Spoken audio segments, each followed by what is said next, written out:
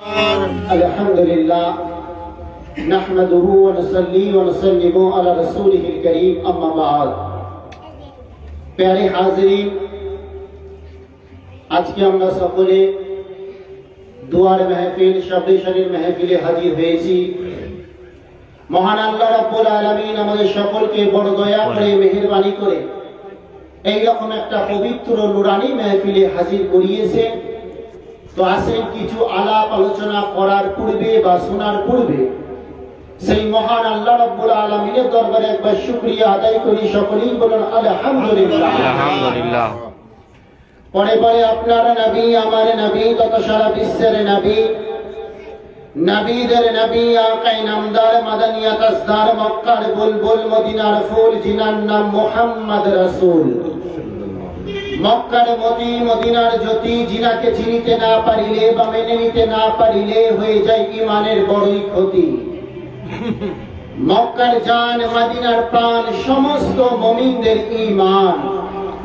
হযরতে আব্দুল্লাহ লক্ত জিগার, মা আমিনার কলিজার টুকরা, হুজুর পুর নূর মুহাম্মদুর রাসূলুল্লাহ সাল্লাল্লাহু তাআলা আলাইহি ওয়া আলিহি ওয়াসাল্লামের প্রতি হাজার হাজার দরুদ ও সালাম বর্ষিত হোক, অর্পিত হোক। সকলেই বলেন আমিন আমিন। প্যারে হাজিরিন, আমি আপনাদের সামনে পবিত্র কোরআনুল কারীম আল ফুরকানুল হামিদ হইতে এক টুকরো আয়াতে কারিমা তেলাওয়াত করেছি।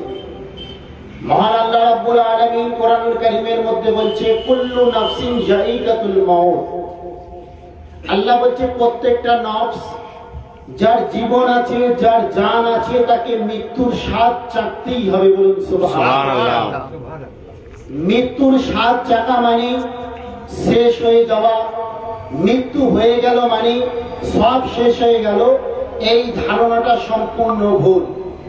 কেননা কিছু কিছু দুনিয়ার মানুষ আছে যারা মনে মনে ভাবে যে মৃত্যু হয়ে গেল মানে সব শেষ হয়ে গেল, আর কোনো ব্যাপারই নয়। না, মৃত্যু, সাহাবা হুজুররা একদিন আমার রাসূলকে জিজ্ঞাসা করেছিল, ইয়া রাসূলুল্লাহ, ইয়া হাবিবাল্লাহ, হুজুর মাল মাউত, নবী গো মৃত্যু জিনিসটা কি? আমার রাসূল বলেছিলেন তার সোনার জবানে, আল মাউতু জাসরুন ইয়াসিরুল হাবিব ইলাল হাবিব। সুবহানাল্লাহ। মৃত্যু হচ্ছে এমন একটা জিনিস, এমন একটা ব্রিজ, এমন একটা সেতু, যে ব্রিজটা পার করে, যে সেতুটা পার করে প্রেমিক তার প্রেমিকের দরবারে চলে যায়। সুবহানাল্লাহ। মৃত্যু হয়ে যাওয়া মানে সব শেষ হয়ে যাওয়া নয়। এই যে আমরা দুনিয়ার মধ্যে এসেছি, চলাফেরা করছি, খাওয়া দাওয়া করছি, ঘর সংসার করছি, এটা কিন্তু আমাদের জন্য একটা জগৎ। এই জগতে আসার আগে আমরা দুনিয়ার মানুষ একটা জগতে ছিলাম, যে জগৎটার নাম হচ্ছে আলমে আরওয়াহ। বলুন সুবহানাল্লাহ। এই যে জগৎটায় চলাফেরা করছি, এই জগৎটার নাম হচ্ছে আলমে শাহাদাত, মধ্যকার। এরপরে আমরা যে জগতে যাব, কবরের জগৎ, সেই জগৎটার নাম হচ্ছে আলমে বারজাখ। এবং সর্বশেষ যে জগৎ হবে, সেই জগৎটার নাম হচ্ছে আলমে আখিরাত। বলুন সুবহানাল্লাহ। তাই বলছি, মৃত্যু হয়ে যাওয়া মানে সব শেষ হয়ে যাওয়া, এই ধারণাটা সম্পূর্ণ বৃথা। কেননা মৃত্যুর পরের স্টেজই হচ্ছে কবর। মৃত্যুর পরের ধাপ কবর। আর সেই কবরের মধ্যে একমাত্র নাজাত দিতে পারে আমার রাসূলের প্রেম আর মহব্বত। সুবহানাল্লাহ। কেননা আপনি যখন কবরে যাবেন, সর্বশেষ ব্যক্তি যখন 40 কদম চলে আসবে, কবরের মধ্যে আল্লাহর নূরের ফেরেশতা হাজির হয়ে যাবে। এসে মাইয়াতকে তিনটে প্রশ্ন করবে। এক নম্বর প্রশ্ন করবে, মার রব্বুকা, তোমার রব কে? সে যদি ঈমানদার হয়, পরেজগার হয়, নবীর প্রেমিক হয়, দিওয়ানা হয়, তার রবকে সঙ্গে সঙ্গে ফেরেশতাদের জবাব দিয়ে। দ্বিতীয় প্রশ্ন করা হবে, মান নবী। দ্বিতীয় প্রশ্ন, মান রব্বুকা, মা দীনুকা, তোমার দিন কি, তোমার ধর্ম কি? মাইয়ের যদি ঈমানদার হয় বলে দেবে আমার ধর্ম দিন ইসলাম। সর্বশেষ যে প্রশ্ন হবে, সেই প্রশ্নটার বেলাতেই যত গন্ডগোল। বুখারী শরীফ হাদিসের মধ্যে আছে, 3 নম্বর প্রশ্নের বেলায় আমার রাসূলুল্লাহ নুরানি চেহারা মুবারক ওই মাইয়াতকে দেখানো হবে, দেখিয়ে বলা হবে মা কুনতা তাকুলু ফি শানে হাযার রাসূল মুহাম্মাদিন সাল্লাল্লাহু আলাইহি সাল্লাম। সুবহানাল্লাহ। মাইয়াতকে বলা হবে, হে মাইয়াত, তুমি এই মহান মানব সম্পর্কে, এই মহান মনীষী সম্পর্কে দুনিয়ার মধ্যে কি আকীদা রাখতে বলো? সুবহানাল্লাহ। আমার রাসূলকে নূর মানতে অস্বীকার করতে, তুমি আমার রাসূলকে কি জিন্দা নবী হায়াতুন নবী মানতে অস্বীকার করতে, তুমি কি আমার রাসূলের গায়েব জাননেওয়ালা নবী মানতে অস্বীকার করতে, তুমি কি আমার নবীকে হাজির ও নাজির মানতে অস্বীকার করতে? মাইয়াত যদি বলে আমি রাসূল সম্পর্কে দুনিয়ার মধ্যে আকীদা রাখতো, ফেরেশতারা যে তার কি হাল করবে সে আর বলার কথা রাখে। কিন্তু মুসলমান, আমরা হচ্ছে সুন্নি মুসলমান, আহলে সুন্নাতুল জামাতের মানুষ। আমাদের আকীদা হচ্ছে আমার রাসূল হচ্ছে নূরুল আলা নূর। বলুন সুবহানাল্লাহ। আমাদের আকীদা হচ্ছে আমার রাসূল হায়াতুন নবী, জিন্দা নবী। তাই বলছি রাসূলকে প্রেম করেন, রাসূলকে মহব্বত করেন, রাসূলকে ভালোবাসেন। কেন না কাল কিয়ামতের ময়দানে আপনার সাহারা কেউ হবে না, সবাই নফসি নফসি করবে। একমাত্র আমার রাসূল বলবে রব্বি হাবলি উম্মতি, রব্বি হাবলি উম্মতি। হে আমার পরওয়ারদিগার, ও রব্বুল আলামিন আল্লাহ তাআলা, তুমি আমার গুনাহগার উম্মতগুলোকে আমার হাওয়ালা করে দাও, আমার আন্ডারে করে দাও। আমি রাসূল, আমি নবী, আমার গুনাহগার উম্মতগুলোকে নিয়ে জান্নাতে প্রবেশ করে দাও। সুবহানাল্লাহ। আমার নবী যখন আমাদের মতো গুনাহগার উম্মতগুলোকে নিয়ে জান্নাতে চলে যাবে, তখন রাসূলের সঙ্গে যে গুনাহগার উম্মতগুলো যাবে তাদের কোনো বিচারও হবে না। রাসূলের সঙ্গে যাচ্ছে, ফেরেশতারা আল্লাহকে ডেকে বলবে, আল্লাহ, কবি লিখেছে, ফেরেশতারা ডেকে বলবে আল্লাহ বিচার নাহি হয় ইহার। ফেরেশতারা ডেকে বলবে আল্লাহ বিচার নাহি হয় ইহার। আল্লাহ তখন কি বলবে? আল্লাহ বলবে দাও গো যেতে, আল্লাহ বলবে দাও গো যেতে, যদি বন্ধু রাজি হয় আমার, বন্ধু রাজি হয় আমার। বলুন না সুবহানাল্লাহ। সুবহানাল্লাহ। রাসূলের হয়ে যান, রাসূলের হয়ে যান। আমার নবী বলেছেন পাক জবানে, লা ইউমিনু আহাদুকুম হাত্তা আকুনা হাব্বা ইলাইহি মিন ওয়ালাদিহি ওয়া ওয়ালাদিহি ওয়ান নাসি আজমাইন। আমার নবী বলছে, হে দুনিয়ার মানুষ, তোমরা ততক্ষণ পর্যন্ত ঈমানদার হতে পারবে না, তোমরা ততক্ষণ পর্যন্ত ঈমানদার হতে পারবে না যতক্ষণ পর্যন্ত তোমরা তোমাদের সন্তান সন্ততির থেকে, তোমাদের পিতা মাতার থেকে, তোমাদের আত্মীয় স্বজনের থেকে আমি রাসূল আমাকে না বেশি মহব্বত করবে, আমি রাসূল আমাকে না বেশি ভালোবাসবে, ততক্ষণ পর্যন্ত তোমরা খাঁটি ঈমানদার হতে পারবে না। সুবহানাল্লাহ। সুবহানাল্লাহ। রাসূলের প্রেম কত বড় জিনিস! কেননা আহলে সুন্নাতুল জামাতের আকীদাই হচ্ছে হুব্বে রাসূল। যার অন্তরে রাসূলের মহব্বত আছে, ভালোবাসা আছে, সেই হচ্ছে খাঁটি ঈমানদার। বলুন সুবহানাল্লাহ। উহুদের ময়দানে আমার রাসূলের যখন দান মোবারক শহীদ হয়ে গেল, আমার রাসূল জমিনের মধ্যে পড়ে গেলেন, অজ্ঞান হয়ে গেলেন। উহুদের ময়দানে খবর রটে গেল যে রাসূল ইন্তেকাল করেছেন, শহীদ হয়ে গেছেন। পর্দা নেই। সমস্ত সাহাবারা হুপিয়াস হয়ে গেছে, যে নবীর জন্য আমরা যুদ্ধ করতে এসেছি, যে রাসূলের জন্য আমরা উহুদের ময়দানে এসেছি, সেই নবী যদি না থাকে আমাদের যুদ্ধ করে লাভ কি? হযরতে ওমর ফারুকের মতো কঠিন মনের সাহাবী, একদম কঠিন মন, ওমর ফারুকের হাত থেকে তরবারি পড়ে গেল। অঝর নয়নে কাঁদতে কাঁদতে মনে মনে বলছে, হারে, যে রাসূলের জন্য আমি তরবারি হাতে তুলেছি, যে রাসূলের জন্য আমি উহুদের ময়দানে যুদ্ধ করতে এসেছি, সেই রাসূলই যদি দুনিয়ায় না থাকে আমার যুদ্ধ করে লাভ কি হবে?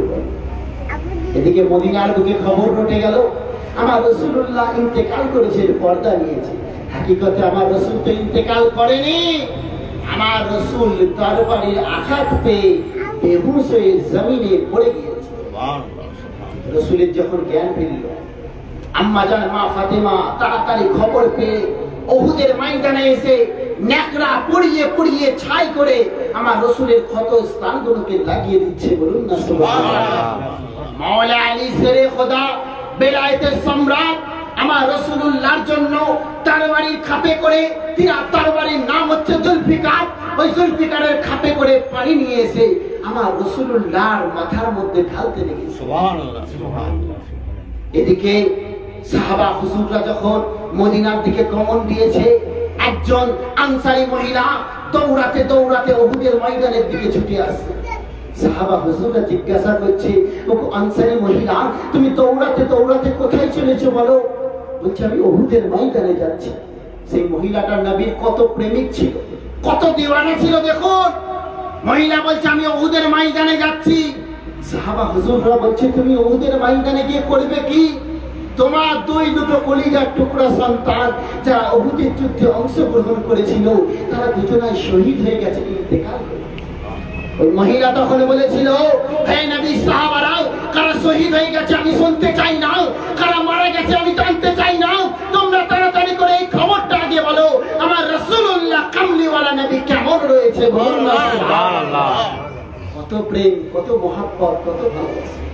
আজকে আমরা যদি সেই প্রেম করতে পারতাম, সেই মহব্বত করতে পারতাম, সেই ভালোবাসতে পারতাম, আমাদের এই মুসলমান সমাজের উপর এত দুর্যোগ আসবে না। কেননা মুসলমান সমাজ রাসূলের দামানকে ছেড়ে দিয়েছে। তারা আমার রাসূলকে নিজের মতো মানুষ বলছে, বড় ভাই সমতুল্য মানুষ বলছে। বড় দুঃখ লাগে, আমার রাসূল তো নূরুল আলা নূর, বলুন না সুবহানাল্লাহ। ওই আনসারী মহিলা দৌড়াতে দৌড়াতে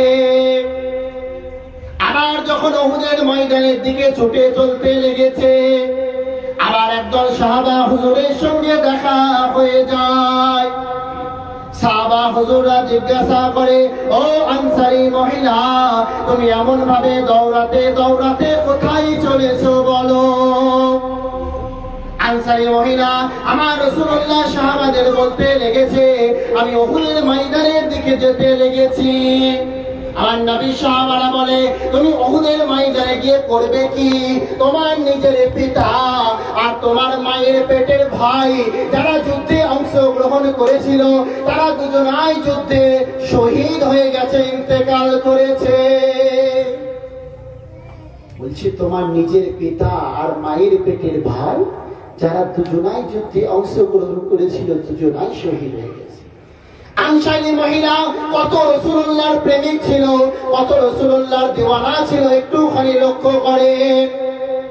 আনসারী মহিলা আমার নবী সাহাবাদের বলতে লেগেছেন, এই নবী সাহাবারা, কারা শহীদ হয়ে গেছে আমি শুনতে চাই না, কারা ইন্তেকাল করেছে আমি জানতে চাই না, তোমরা তাড়াতাড়ি করে আমাকে এই খবরটা বলো, আমার রাসূলুল্লাহ কামলিওয়ালা নবী কেমন রয়েছে। সুবহানাল্লাহ। ওই মহিলা দৌড়াতে দৌড়াতে যখন উহুদের ময়দানে চলে গেল, উহুদের ময়দানে গিয়ে দেখছে আমার রাসূলুল্লাহ বসে রয়েছে, সাহাবা হুজুররা ঘিরে আমার নবীর খেদমত করতে লেগেছে।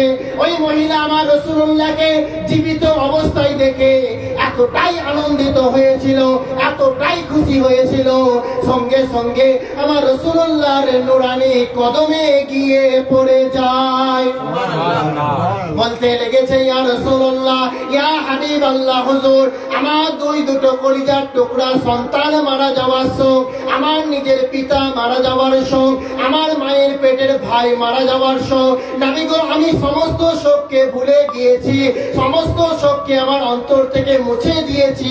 শুধু আপনি সুস্থ রয়েছেন, আপনি বেঁচে রয়েছেন, জিন্দা রয়েছেন, আপনি আমাদের চোখের সামনে রয়েছেন, এটাই আমি আনসারী মহিলা আমার জীবনের চরম সান্ত্বনা। সুবহানাল্লাহ। তাই বলছি, সেই রাসূলকে সাহাবা হুজুররা কত মহব্বত করেছিল, কত ভালোবেসেছিল। নারে তাকবীর, নারে তাকবীর, আল্লাহু আকবার, নারে রিসালাত, ইয়া রাসূলুল্লাহ, নারে হায়দারি, ইয়া আলী, নারে হায়দারি।